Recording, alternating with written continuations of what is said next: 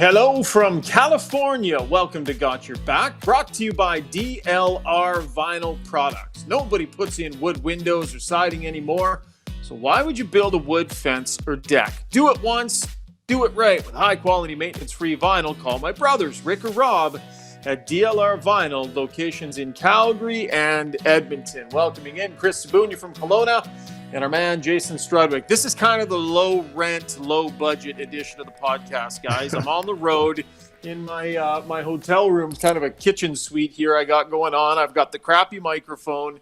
The reason is I had about 10 minutes to pack after Game 5 and forgot my good microphone and my webcam. So, I wanted to keep the standard high for quality on the podcast, but failing on my end here tonight. Well, it's a good thing. As long as it's not Zuby and I, we don't have to feel too badly, right? Like we're doing what we can. But when the boss doesn't bring his stuff, no one's going to complain. When he takes Friday off, we're not going to bitch him out, right? Yeah, for sure. We're gonna spend lots of time talking about the Oilers here in a second. But how about the Toronto Maple Leafs, fellas? Hey, Zuby, again, the Leafs putting themselves in a spot again. Yeah, and I mean, they have so much confidence up 3-2, and I feel like it was the exact same thing last year. And hey, they might still win it. They're a really good team. They got the game at home, but man, their ghosts of the past are really going to be weighing heavy, I think, in a couple of days here. It's really interesting, guys. I've been talking a lot about the Maple Leafs and how they came back the previous game to get the win, and they're writing their story, right? So their story will be written based on what they do in Game 7. You can say we had a good run, but unless they win that Game 7 at home against the defending Stanley Cups, it's the same story and the same questions will be raised. And quite frankly, it's very similar here with the Edmonton Oilers. So, who's going to write the story? Who's going to change the narrative of what has been said about their team? Because I think both the Leafs and Oilers are in the exact same spot, and we get to watch it Game 7. I love Game 7s. I think it's great for the hockey. It's great for the NHL. It's great for the league.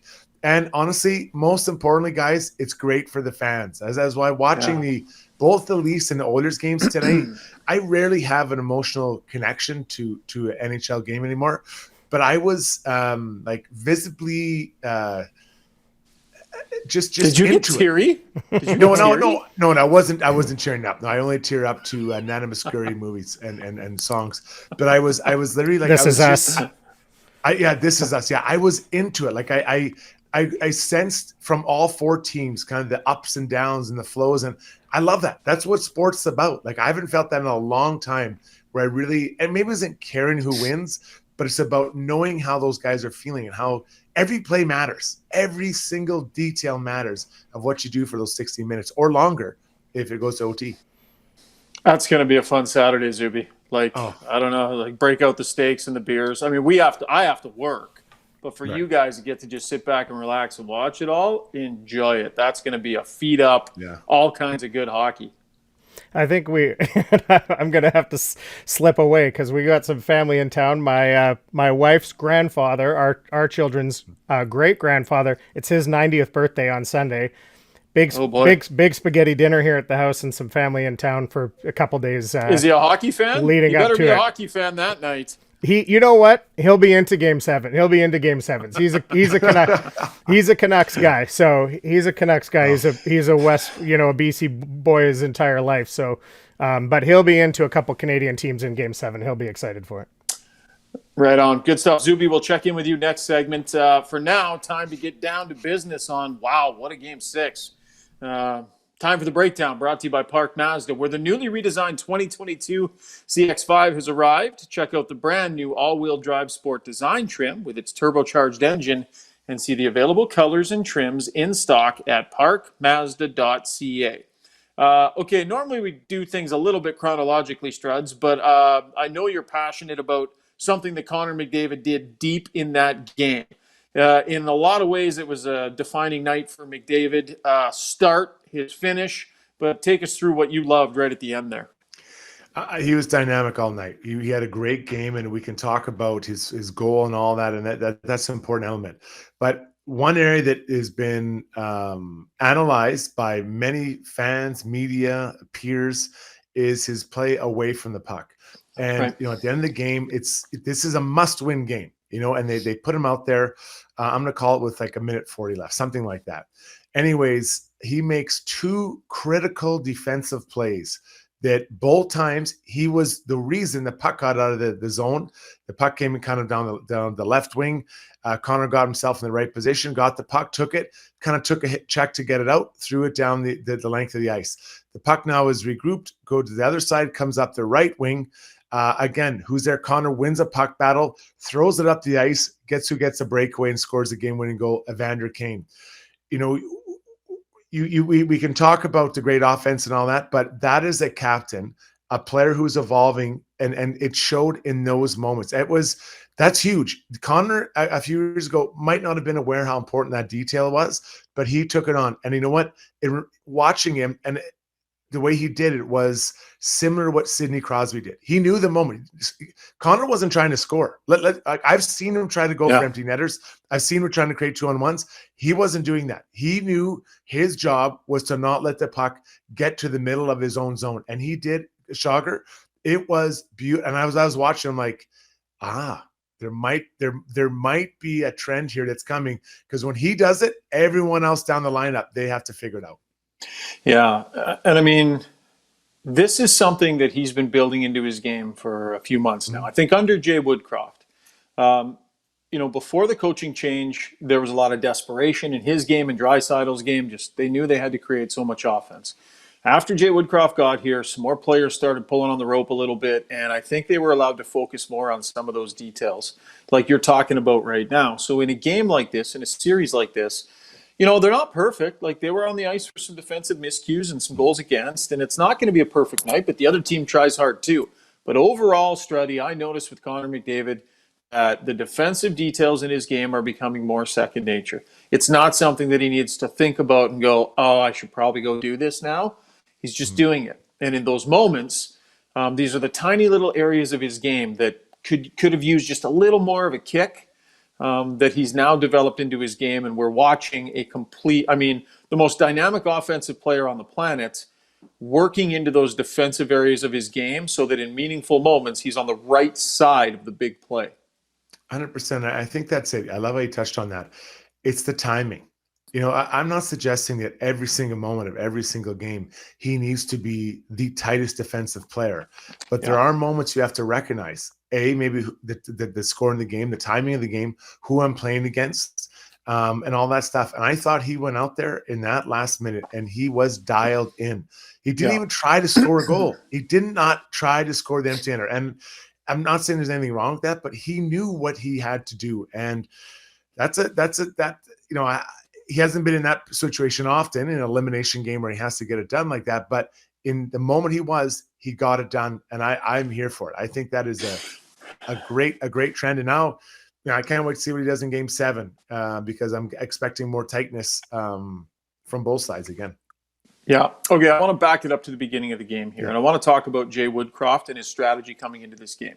Mm-hmm. I think that he made a tactical error only having McDavid and Draisaitl on the ice for like 19 minutes and 50-some seconds in Game 5. Not enough for your best players in a game that was that tight. I think Jay Woodcroft had every intention of, if they were going out tonight, they were going out with their best players on the ice. So here's what he did. Tactically, here's what he did. Often when they go 11-7, they'll go 3 lines, their best players on 3 lines, and then they'll have 2 extra forwards, and they'll take the center from the top line, and then Draisaitl from the second line, and they'll sub those guys in with the 4th line. And that's how they'll get extra minutes for those guys, is by subbing them in with the 4th line. Here's where the tactical change came in. What he did was, rather than having the 2 extra forwards be on the 4th line, he had the 2 extra forwards on the 2nd line. Evander Kane and Zach Hyman were the 2 forwards that were playing without a center. And so what happened was McDavid and Draisaitl would go out for their shift, and then they would put the Nuge 3rd line out, and then they would get those 2 wingers ready, and now they were double shifting McDavid and then Draisaitl with Kane and Hyman. So this was a strategy that Jay Woodcroft employed to get better players on the ice more often. There was a fundamental shift in the way he used the 11 forward setup by double shifting those guys through the 2nd line of wingers. That is the formation, Struds, that was on the ice when Connor McDavid scored. It was him double shifting with that second line. I thought this was an excellent bit of coaching by Jay Woodcroft to get a better start out of his team. Yeah, it sure is good. I mean, and Evander Kane's been amazing, hasn't he? I mean, this playoff, you look at his line tonight. I think, what do you have? 2 goals and assists. I want to say 6 shots, 4 hits. Like he, in about 17 minutes of ice time, like he was noticeable. He was noticeable. Hyman, he had you had all that right. On. Yeah, he had his game back. He was going, not his game back, but he had his game going on, right? And so I think you're right. He couldn't go out with bullets still in his gun. So he played, McDavid, I think he was just north of 25. And then I want to say Leon was around 20 or 21. 24-02 for Connor. Yeah. And Leon wasn't as much because of the injury. He was 18-25. Okay. But your point is well taken. McDavid played a heck of a lot more in this game. Yeah. And you know what? I think that, Connor, I think it's easier for Connor to play more minutes than Leon. I think he gets around the ice easier, and that's not an indictment of Leon. But I think Connor just skates easier, and it's just easier. So, if you have that nuclear weapon in your arsenal, you want to get out there as much as you can, and especially the way he's playing right now. You want to get him out there and have him part of it. So the way that Jay worked those lines, I think that's fantastic. It's a good pickup by you. And you could see that, the guys in those, 11 and 10 spot for the forwards, they didn't play, Puljujärvi and Cassian and Puljujärvi. Yeah. Cassian. They played, I think 6 minutes each or something. So they weren't really, I thought you could tell they were out there, but you don't play that much, just like Broberg. You kind of surprised when you see them, but that's the way you got to do it. It'll be interesting to see what they do when they come back, with Nurse coming back now. What does that matchup look like? But I guess we got some time to sort that out. Yeah, I think you probably go with 11 and 7 again. I think you probably play McDavid and Draisaitl together again. I don't think you fundamentally change the shape of what worked for you. Yeah. I think the other thing that Woodcroft did is he absolutely loaded McDavid up early on in that game. So I have it in my notes here. I don't have it called up, so I can't grab it exactly. But I think McDavid had 5. He got tapped on the shoulder to go 5 times in the first 8.5 minutes. So he was out there constantly. And I just think that, if your biggest issue is wanting to start quickly, why not throw your most potent weapon at it? And it worked. McDavid scored. He was shot out of a cannon in this game. And he got the goal that changed the dynamic of this game. Now, yes, LA battled back. Tons of credit to them. And the Oilers got a little nervous. And all of those things happened and lessons were learned. But they solved the start through Woodcroft's kind of craftsmanship with his lines, but through using Connor McDavid and his understanding. And they met that moment. Their captain met that moment. And I just think that's really meaningful for this team to have overcome that.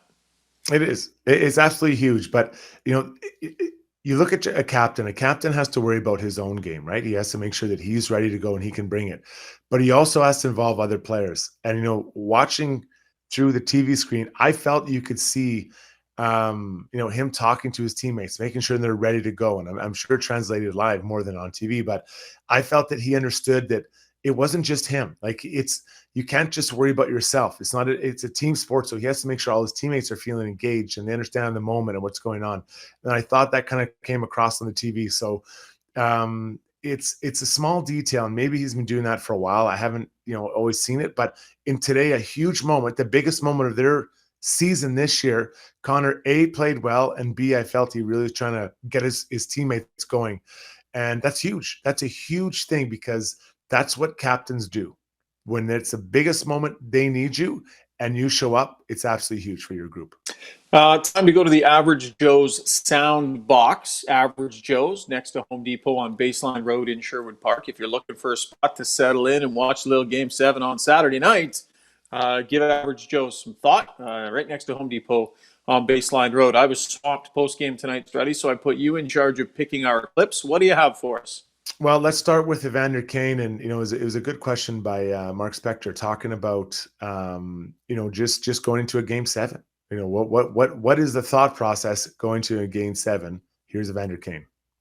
I think it builds confidence. There's guys that have been in this situation before, and there's guys that haven't. So, to get that experience and for it to be a positive one, it's a good feeling. We had a tough break the other night, and we just narrowed the focus and focusing on one game and not worrying about the outside noise, and just everybody putting their best foot forward and having a good, solid team effort. Yeah, that was an important moment for them tonight as a group to get through that, and now they're going to face another really, really big one. I know, some believe in momentum in a series, some don't. Where's your head at on that, Struds? Like, how much will what happened tonight matter next game in terms of what this group was able to do and maybe the confidence that it builds? Well, I do think it builds confidence because you actually won the game. You know what I mean? Like that makes a big difference. And now you're going back to your house with your fans, and that excitement feeling, we met a huge challenge. That challenge being we're in an elimination game. And we could be, the Oilers could be flying home to golf on Friday or whatever to do. But now they have a game on Saturday. So I think it is really important, the mental part that says we can do it. But I think you have to completely reset and look at what got it. You're like, what did you do well? I thought like tonight they're really good defensively, or much better defensively. The shot clock was favorable for the Oilers, and that was a step in the right direction. I think they can get better. I think they can get better defensively and tighten it up and really make it hard for the Kings to score. Scoring the first goal was huge. I think it is a different game. And I believe every team that scored the first goal has won the game in this series, I think, right? I feel like you might be right. I don't know. I'm tired, but that sounds right. I think it's pretty close. So, but you got to do it. So now you're heading into Game 7, and the mindset is we just won the game. That's good, but now we got to win another, and we have to play better than we did the previous game. A couple other things I want to hit on here.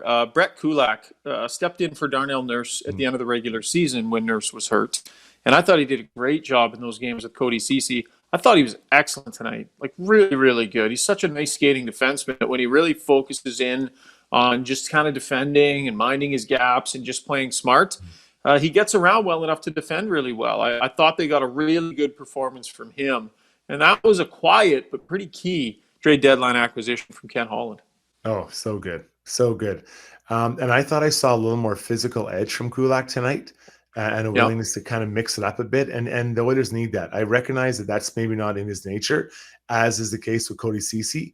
But as you get in deeper in the playoffs, you need to bring that. And Ceci and Kulak are two guys that log, tonight both north of 20 minutes. And they got to find a way to bring that element. The second part of that is with Darnell Nurse coming back now, do you mix it up a little bit? Do you put leave Kulak there with Ceci? And put Darnell in a different pairing, because I thought actually all the D actually played really well tonight, and so does that give you freedom to make things look a little different? Might be a bit of a bold comment or bold move to make, but it's one that after the way that Kulak and Ceci did play tonight, you might be able to make a case that is the right move to make that change. The pairings have been fairly consistent, and I would be surprised if he got away from them, just kind of given how consistent they've been. Like Nurse and Ceci have been a staple together. Keith and Bouchard have been a staple together. But I take your point. Kulak was that good that I think it's not a silly comment because I think Kulak was that good in that position. How about Tyson Barrie, too? That's why Tyson Barrie is here. That's what he's supposed to do. He's supposed to score big goals and create offense. And that was just a goal-scoring defenseman's goal. Yeah, that's a legit goal. And I just to finish off that last thought, I think it'd be Nurse and Barrie. They have played together. That's right. Together before, not together. But that would give you three balanced pairings. You obviously got to think about the implications, but it might be something to look at. But right, Tyson Barrie, that's a goal scorer's goal. You're 100% right. And he jumps up and finds that soft area that he can make a play at. Draisaitl makes a great backhand pass. He walks in. Oh, classic saucer pass, hey? Backhand sauce from Draisaitl. Just subtle, just whoop, over the stick. Yeah. And Barry's wasn't a rocket. Like let's call it what it was. He didn't rock. He shot that where he knew that the goalie wasn't going to be. And it's just what a moment to come, because you knew at that time, within a dozen minutes to go at the end of the game that the next goal wins, right? And he gets that with just about 5 minutes to go. Huge goal by him. Because it felt, Bouchard had a couple chances where he jumped in, couldn't get the shot off. Keith had a chance, missed the net. Like, no one is really getting it. And then all of a sudden, just the open ice opens up for Barrie, and he makes it go. And that's why you have a guy like that in your lineup, in your third pairing. Yeah, no, just a big moment for him. We talked to him after the game too, and that's a big goal for that guy. And to be producing offense like that in a big moment, I think that'll go a long way for him. That's what he is here for. I didn't like the play on Draisaitl. Thought it was. You tell me, Struds, when you go into a scrum and you've got a guy, you go over the shoulders on a guy. You understand that if you reef on him backwards, you're kind of putting him in a bad spot. I'm not going to say he intentionally hurt him, but that's just one of those really aggressive plays, is to bring a guy backwards against the grain, especially when your leg is behind his leg. And that was a bit of a slew foot type maneuver. Oh yeah, it's a great play. If you're on LA Kings side, you love that. Like I've talked a lot about how in the playoffs you have to make it hard for other teams' top players. You accidentally fall on them after you hit them, or whatever. You finish your checks on them, maybe knock them as you're going to the change. Like, it's a great mugging, is what it. Just call it what it is. It was a mugging, and Anderson got away with it. So I don't like it. I think there should have been a call on that. As you work your way through the playoffs, you'll probably see more and more muggings, but that's just, I like it. I like that play because that slowed down Leon, right? And that's, it's gamesmanship at its finest. Should have been called a penalty. It wasn't. He got away with one, and the Oilers got screwed out of it, but you move on. That's got high ankle sprain written all over it. Like Draisaitl, he went down the tunnel, and then he came back. TD Force, the trainer, was talking in his ear. Draisaitl had his head down on the bench. I had the binoculars, so I was watching him the whole time. And then he went out and tried to go for a little skate, took one shift, then he left for the rest of the period.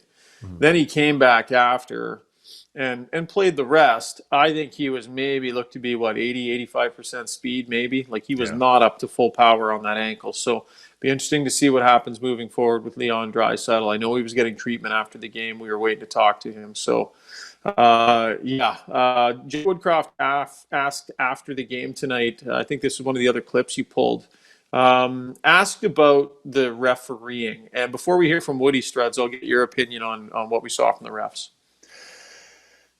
They missed some calls, I think. And what did the Oilers have? One power play. Let's look at the power plays for the Kings, or two of them. Mike Smith, Spears, what was it? Anthony. That was stupid. Yeah, on the ground, like play. But that's an easy call. Like, the whole building is looking at those two players, and he does that. That was not smart. It's an easy call. Yamamoto, what it was at 3 minutes left, sticks his leg out, doesn't get the puck out, sticks leg out. That's not an easy smart call.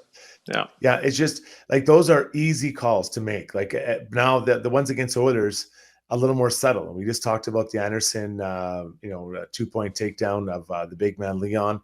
There's some other situations that I felt there could have been calls, and that's the problem. Is that if you're waiting around, or sorry, not the problem. This is reality. If you're waiting around for the refs to win you the game, some nights you're not going to get it. And I like that the Oilers played through it and found a way to get the win, in spite of what should have been a couple more power plays. I think the Kings had 4, maybe 3, whatever it was. The Oilers should have had the same number. But they didn't, and they still found a way to win.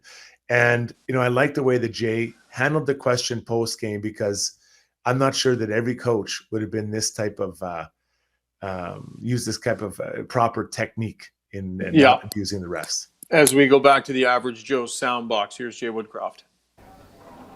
I would say a really good coaching mentor of mine once told me that there's only a few jobs in hockey. One's a player, one's a manager, one's a coach, and one's a ref. And I coach. That's my job.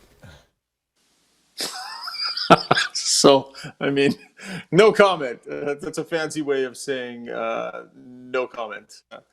I felt like there was a lot of frustration from the Oilers. I really sensed that after the game, though nobody said anything kind of on the record, but I sensed down there that there was quite a bit of frustration. Well, of course there was. If you saw the game the other night, Penguins and Rangers, Mike Sullivan was asked about Sidney Crosby's running with Jacob Trouba, and he said, "Did you watch the play?" then you probably have the same feelings I have, right? So he's upset as well. But you can be as upset as you want, but it only drains energy. It doesn't produce anything that helps. So I agree. There should have been some calls that weren't made in favor of the Edmonton Oilers, but they found a way to win without that, and they can't carry that negative energy into the next game. Just keep playing and hope you get a couple more calls, because if you worry about that, it's a loser's game. The coach can say, maybe the GM can come out and say something, but for the players, it's not worth your effort. You have no control over that at all. Did you see the Evander Kane flash in the 7 at the fans there? I love it. Did you hear Woodcroft afterwards? I don't think we have the clip queued up, but when he was asked about it, he made a point of saying, wow, maybe he didn't like their celebration in our building. And of course, that was the, to the fans, the hand to the ear back in Edmonton. Yeah. So Woodcroft made a point of saying that. I think he wanted to get that out there, I think. Well, it's funny. The people that, you talk about, the fans love seeing celebration, right? And Kings fans would love that. But you don't think that the Oilers made a note of that?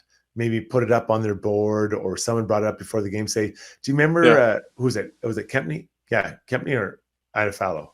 Which one? Who did the year thing? Was it? Shoot, Zuby, do you remember? Yeah, you're getting me. It's late and I'm tired. Yeah. Here. So either one. Let's just say an LA overtime Kings goal. It was Kempney. It was Kempney on the overtime goal. Yeah. Thanks. So he does that. And people, we love seeing that. That's such a great character for the game. It's fuel for the other team. It's fuel for the other team. And that's the game. And people want to see celebrations and stuff. Great. I love seeing celebrations too. But there are 20 players on the other side, or 20 men, that don't like it. And they're going to use it as motivation. So in the moment you get caught up, that's great. Like, I think back to a Big Save Dave after, remember he made the shutout or the shootout save and threw his stick in the air against the Oilers and was all excited.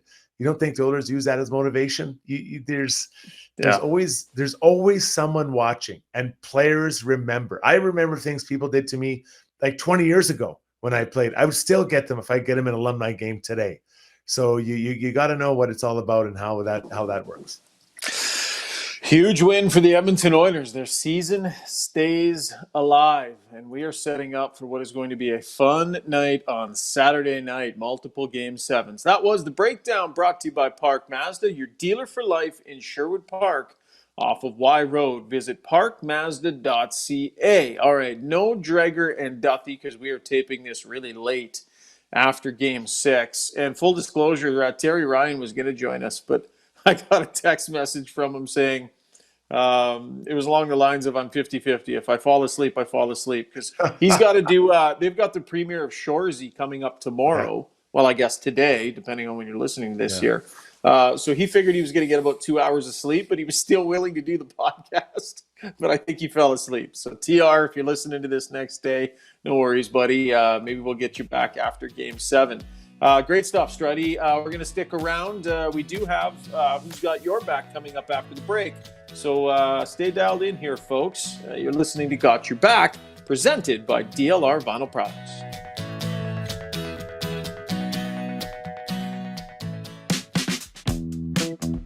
Hey, Struddy, question for you. Have you ever tried putting in your own fence? I sure have. Between digging the posts, mixing up cement and digging the holes, is absolute killer. It's brutal on the back. Well, listen, what if I told you could put in a fence without having to dig a hole or mix any concrete? I'd be much more likely to come over and help you out. Yeah, well, you're not the first guy I would call, but thank you for that. Listen, my brother's company, DLR Vinyl Products, they've come up with a system where you can actually put high-quality vinyl fence in the ground without having to dig a hole, without having to mix any concrete. They can teach do-it-yourselfers how to do it, and they can also work with contractors who might be looking to start installing vinyl. It's super high-quality product. The great thing about it is that it has fantastic longevity. You put it in, you don't have to worry about staining or sanding or anything like that. I've been lucky enough, Struddy. They've put in multiple fences in my different yards, and they've built me 3 decks. I have totally abused the fact that my family is in the fencing and decking business, but it's great product. Give Rob a call in Calgary or Rick a call here in Edmonton. This is a company my dad started. It's a family business. I'm super proud of it, and I'm very proud that they are our title sponsors. That's DLR Vinyl Products in Edmonton and Calgary. Hey, it's Ryan Rishaug. While many are feeling the sting of inventory shortages, Park Mazda has you covered. They've got new Mazdas arriving every month, including the redesigned 22CX-5 in whatever color you're looking for. They've also got a huge selection of used vehicles with new arrivals every week and some of the most competitive interest rates on cars, trucks, SUVs, and more. Park Mazda, your dealer for life in Sherwood Park, off Y Road. Schedule a test drive at parkmazda.ca. Folks, golf season is just around the corner, and I don't know about you, but I am some kind of fired up over it. It's the perfect time to get yourself fitted for new clubs or some great new apparel. Well, DeBoers has you covered for all of it. Their facility is first class with amazing TrackMan technology in their simulators and top-of-the-field fitting specialists. You can order now for spring delivery, and they've also got a bunch of new 22 apparel for you to go check out. It's a fantastic group down there at DeBoers. The shop has a great positive feel. I highly recommend you check them out on the corner of 53rd Street and 99th Avenue. DeBoers, helping you play better golf since 1999. Average Joe's Sports Bar in Sherwood Park has proudly served the community and supported minor sports in the area for almost 20 years. It's a great gathering place for sports fans. Average Joe's has massive big screen TVs, comfortable seating, and a friendly staff waiting to make your experience anything but average. Come check it out on Baseline Road, right next to Home Depot, or make a reservation by calling 780-417-1113. That's Average Joe's on Baseline Road in Sherwood Park.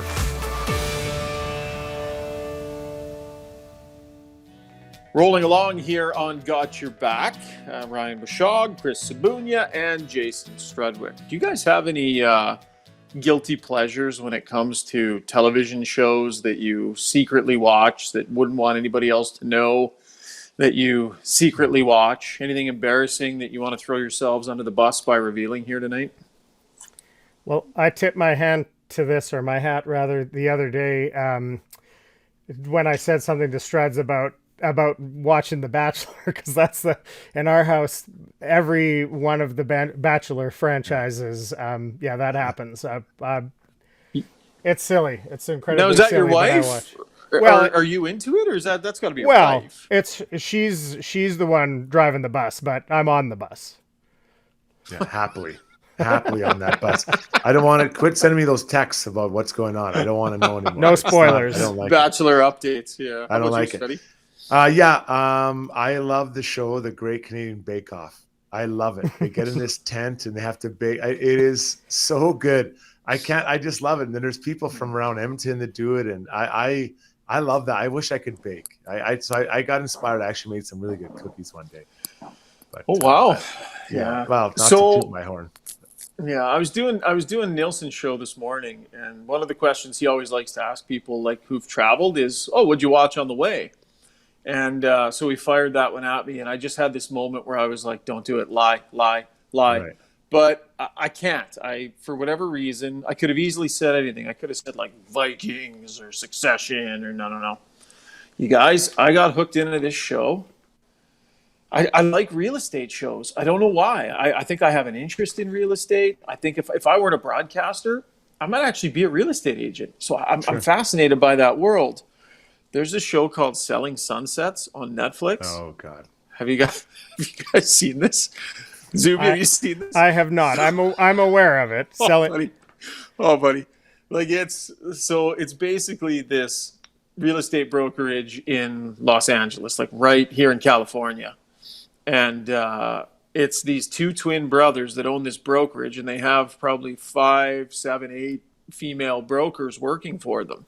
And they're like, typical done up to the nines, like California style, high fashion, multi-million-dollar mansions. But the drama that goes on this show between these ladies as they fight for listings and fight for posturing within the company, and it's salacious and it's intense and it's just drama. And like I've invested, I think I'm like 6 seasons in. And you're dumber for the experience. I can't. You missed out. It's painful. That's the thing you It's didn't not say. though. It's not. awful. You should What? try it, Struddy. You should try it. Like it's you know what just, it is? It's the interesting. Bachelorette with houses instead of humans. That's what it is. That's what you're dealing with over there. I can't believe you don't two know, like guys are they're- embarrassing. It makes my bake show look cool. No, Struds, your bake show is not. It's not cool. It's But not. I don't think it's that much better than what we've said. Maybe not better, but it's the least embarrassing. I think I'm the one who really hung myself out to dry here. I went first. If I would have known the two you were going to say, I would have just said House Hunters International, and we could be done with it. Yeah. Big timber. There's other franchises of this Selling Sunset. So there's There's another one that's based in Tampa, Florida. I've watched all of that one. There's another one that's based where's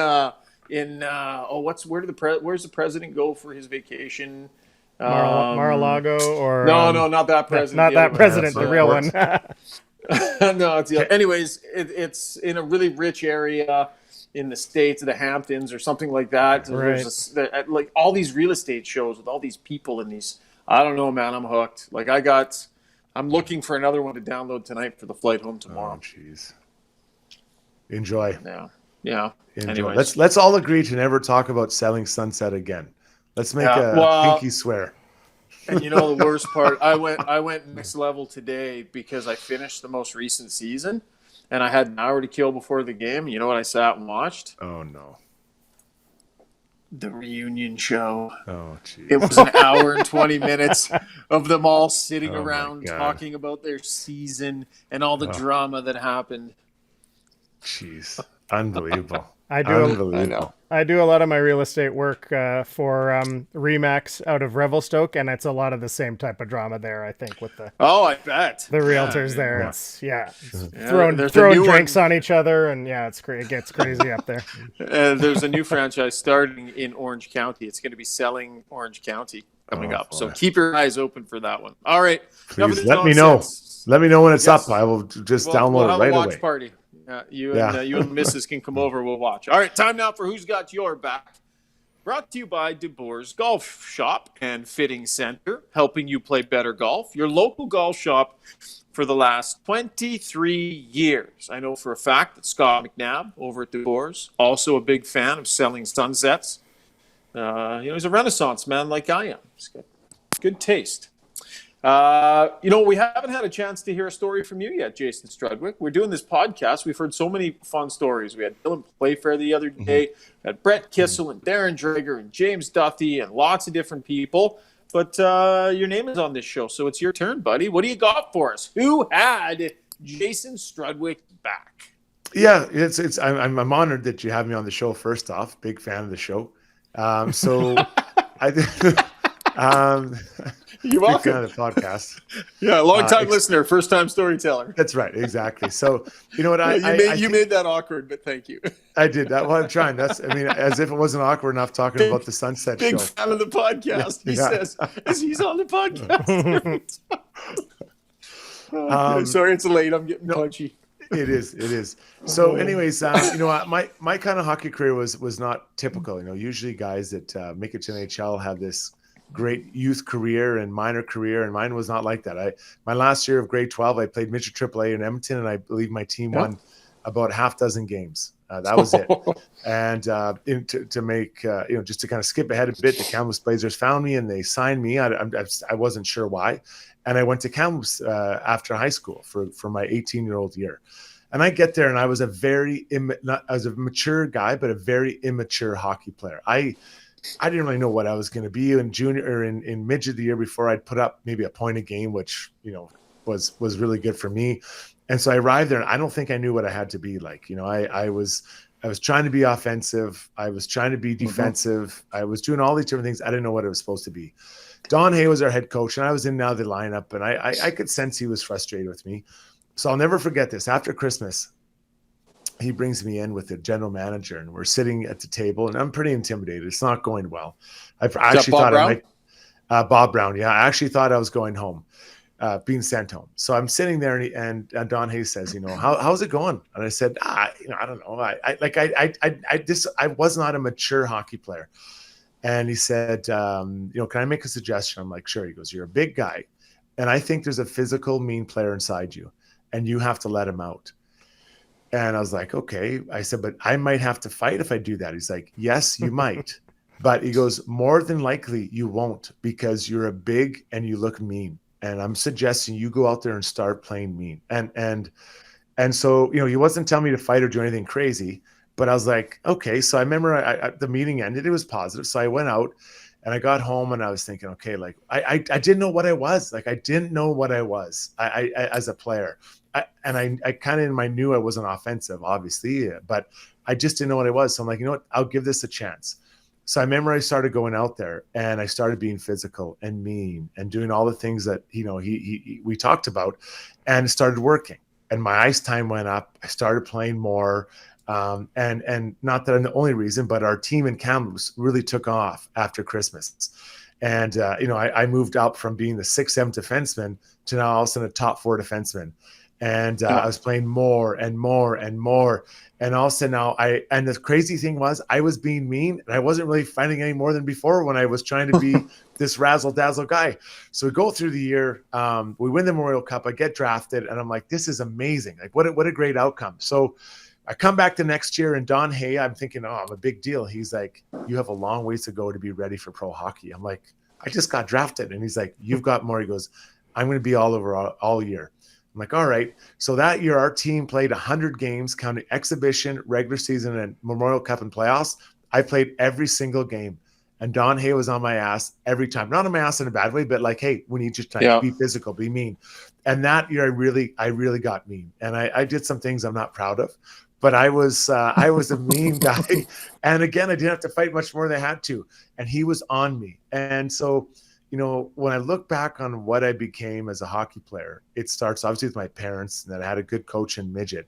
But it was Don Hay who truly launched my understanding of who I was, because I was not lost. I just didn't know. I had no idea. And, when I was done playing hockey, I wrote a letter to a lot of people who influenced me, and I put Don Hay in there. And I said, Hazer, you have no idea the impact you had on my career and in my life, because now I can see it, what it means to be focused and what you did. And I every time I see him, I thank him. I'll just casually text him or call him to tell him, because it was such a big deal. And he had my back for that 2 years in a huge way. And if he didn't, I wouldn't be on this podcast right now as a guest and a host. I would be a listener or fixing Zuby's basement. Are you any good As with a drywall? contractor. Any good? I'm great at drywall, buddy. I'm a magician. Yeah. Struds, that's a great story. And I think a lot of guys that rolled through Kamloops in that era probably have a similar story, wherever their careers might have taken them, about Don Hay. And I never got a chance to play for Hazer, but I got to know the man. And, he cut me when I was 16, which was fine.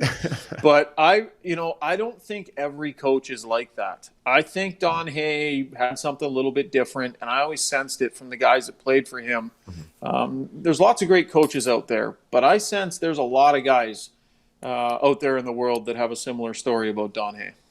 Yeah, it's true. And I think as a player, I always really appreciated when a coach understood me. Like, understood me, I guess, who I was as a person, but more importantly, who I was as a player, and put you in position to success.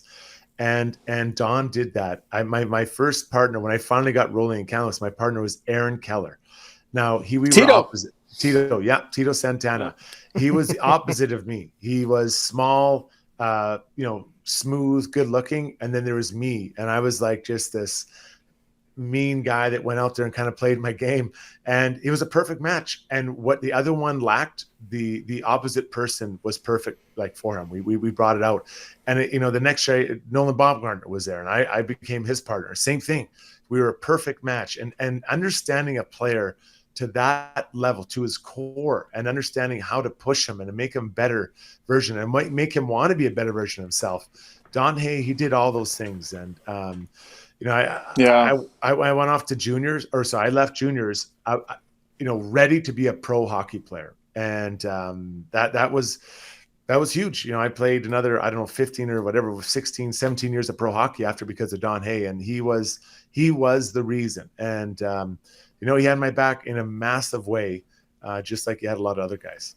Struds, was that difficult for you, like to find that within you to step out of your comfort zone and play in a way that you weren't used to or weren't expecting to? Yeah, like I always enjoyed hitting. Like I enjoyed that part of it, and That's different than fighting. it is, and you know, and it's scary. Like that time when you hit guys that are skilled, you're gonna have to fight. And I think getting over that was a big deal. Now, I'm not saying that Don Hay told me to fight, but I knew I was smart enough to know that like 1 + 1 = a fight. Like it's not, you don't have to be a genius. But what I realized, and I think what he knew before that, is I liked that. I liked being a little bit of a bully. I liked standing up for my teammates. I liked guarding the front of my net. Like and really, it took me a while to figure it out, but I liked making offensive players have a bad day. That's what I liked. And even when I play men's league and I go out there and I have there's the guy with the handlebar mustache and the long mullet, I want that guy to have a bad day. And that brings me more joy than scoring a goal. And that's what I like. That's how I'm wired, you know. And I coach my kids now, and my sons are always like, how come you didn't score more goals? I said, I enjoy it, but I enjoy wrecking someone else's day. And, you know, and I was pretty good at it, you know, for you know, quite a while. And just making sure that it is so much fun. I remember like blocking a shot on another team's power play. I loved it because it's like rejection. I love that. And I even now I get excited thinking about that, or I see Chris Russell doing it, and I didn't do it half as well as him, but I love that feeling, right? You're like, I'm wrecking his day, and I know he's going to go back to the bench, and his coach isn't going to give him shit, and I love that. I love that, knowing that it just spirals down, right? And I think that it's that's what I liked. It's like this alter ego of yours, Struddy, because you're a pretty easygoing guy. And I think generally, like, you want to make people around you happy. You know, you're a sensitive guy. You pay attention to people. There's this alter ego you're describing right now about who you were on the ice, and that shit disturber and that disruptor. Do you know where that guy also lives? Where's that? Twitter. On Twitter. That's who you are on Twitter. You become that asshole on Twitter again. It's probably the only other time in your life where you do. It's you true. know you do. I do, and I love it. I do love it. I love getting there and mixing it up. I love ruining people's day.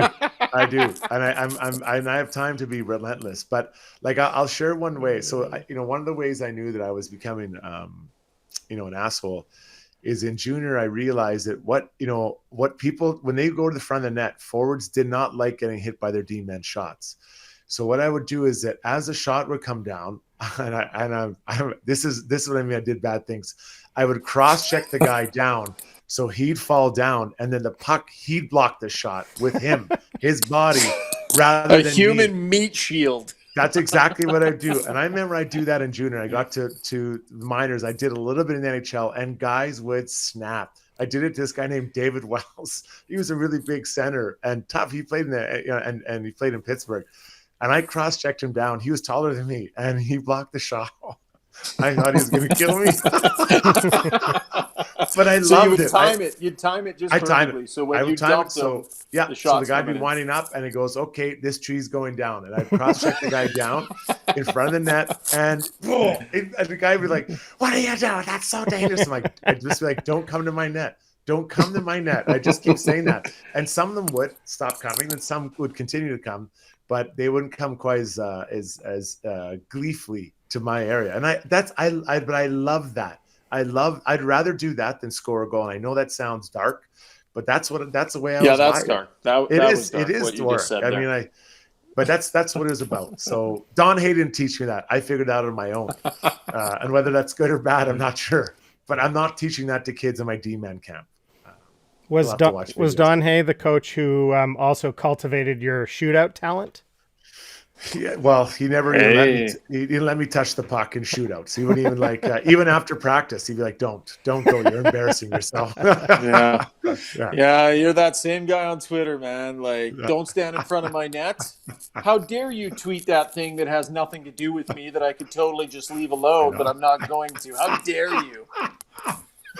One of my favorite things to do on Twitter is when someone says, hey man, I'm looking for someone, does anyone know someone in like Vegreville that can paint my house? And I'll write back like, yeah, I've got a sore back, I can't do it, or something, like for no reason, like, or I don't have the skills. And they're like, why are you answering that? Yeah, It's just why? annoying. Why are you bored, I know. Struddy? You I have know. 100 kids and you're I busy. know. Like, you need to clean up your Twitter act, buddy. It's a drug. I can't help myself. I get sucked into it. Yeah. Struddy the troll. All right. Well, Struds, listen, buddy. I'm a big fan of the podcast. And Oh, good. I'm really Thanks for happy that listening. you're on the podcast that I'm such a big Yeah. fan of. So really appreciate your story. And Yeah. no, thanks for sharing that story though, buddy. You're we poke a lot of fun at you, but you had an amazing NHL career and you were an honest player. Don Hay was one of the guys that helped shape you into that honest player. And something tells me that's not going to be the last Don Hay story we have on this podcast. That was Who's Got Your Back, brought to you by DeBoer's Golf Shop and Fitting Center, helping you play better golf. Your local golf shop for the last 23 years. Guys, thanks for doing this late night edition here of the podcast.